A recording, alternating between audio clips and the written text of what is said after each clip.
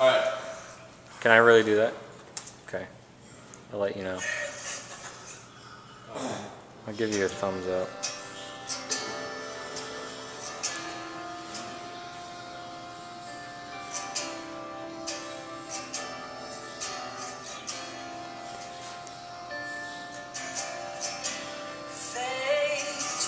What?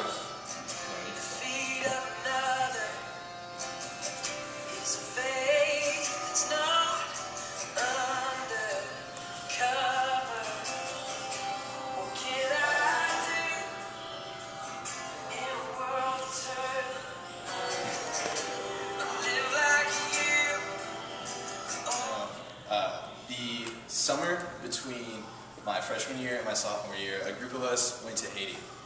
On that trip, there was a really bad car accident after that church I was showing the video. We were coming back down that mountain and we had a really bad truck wreck. A lot of us got really close to losing our life, as the girl who is shown in the video.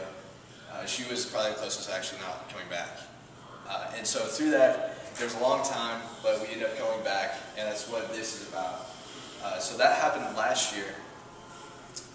And so I wanted to start off by reading something out of my journal from the first time we were there. October 22nd, 2011. Right now I'm sitting on my bed, listening to the Haitians speak right now, right outside my window. This is the first morning here, and it's anywhere between 5:30 and 9 in the morning. It's hard to tell because it gets light so early. When we arrived yesterday, we had trouble at immigration because we didn't have an address. But when they found out that we were working with Pastor Wickley, they let us in. Sitting on my bed, looking outside the door, I can't help but think about what happened last year. When we finally got through customs yesterday, we met up with the Dorsays and Shayna. The first thing we did was get in a giant truck similar to the Beast. On this 1 to 3 hour ride to the mission, we were just caught up with the situation going on here. We were told that Yuka's death wasn't talked about. Then we heard stories about people's reaction to the accident last year. When they found out that we were coming back, they would ask things like, why? Like, that's stupid. They told us some other things that just blew my mind. Just about God and His amazing sovereignty. I almost broke down in tears. God and God's plan for us to get here is amazing. We got to the beach compound and unloaded our gear. I saw Mark for the first time since last year. His arms and hands look amazing. And Mark in the accident had severely injured his arms to where they thought that they were both going to have to be amputated.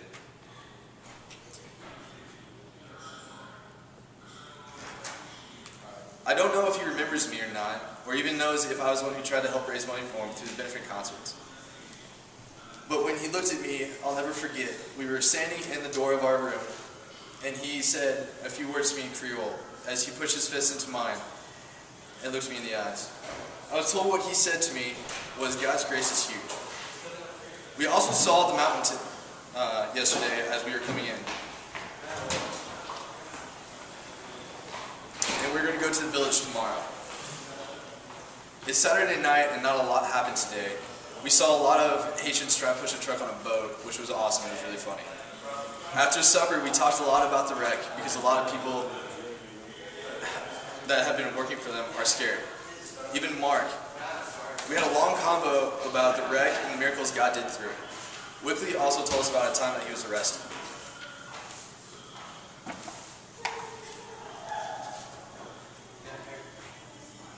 God drew us back to Haiti. It was a smaller group than original, but it was the people that were supposed to be there. We threw around the idea to return to Haiti the summer before we actually went.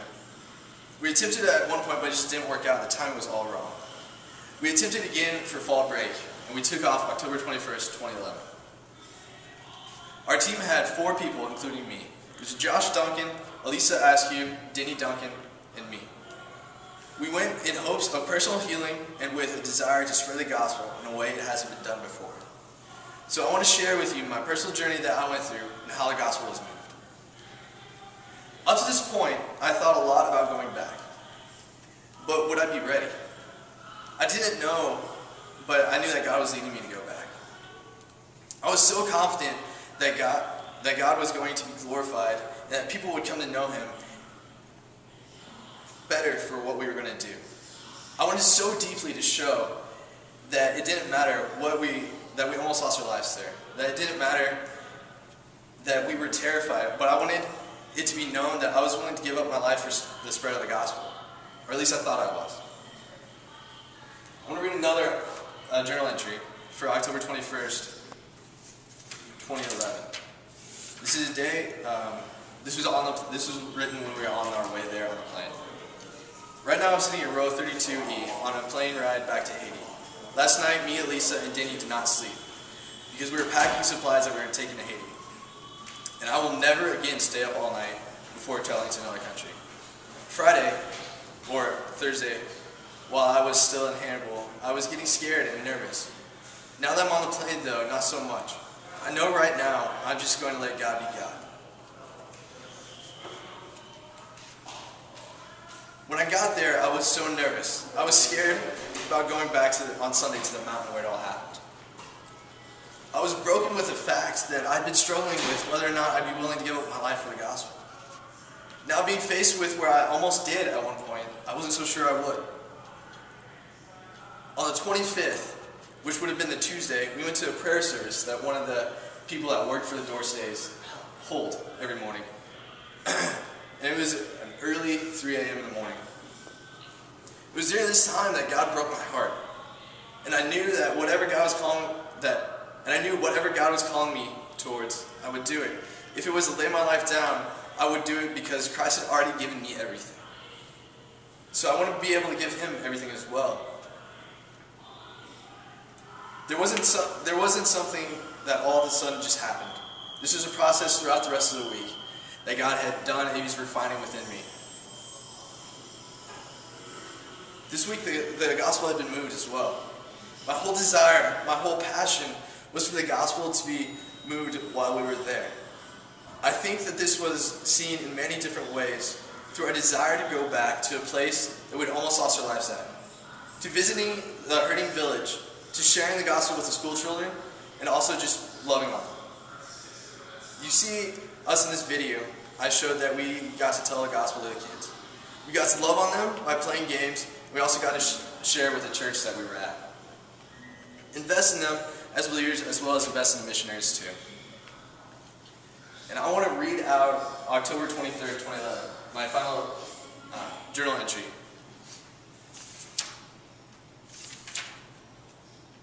Today I came face to face with God again. And this is that Sunday when we were coming back. I wrote it when we got back to the mission. Today I came face to face with God again. This morning we went to the church we were at before the wreck.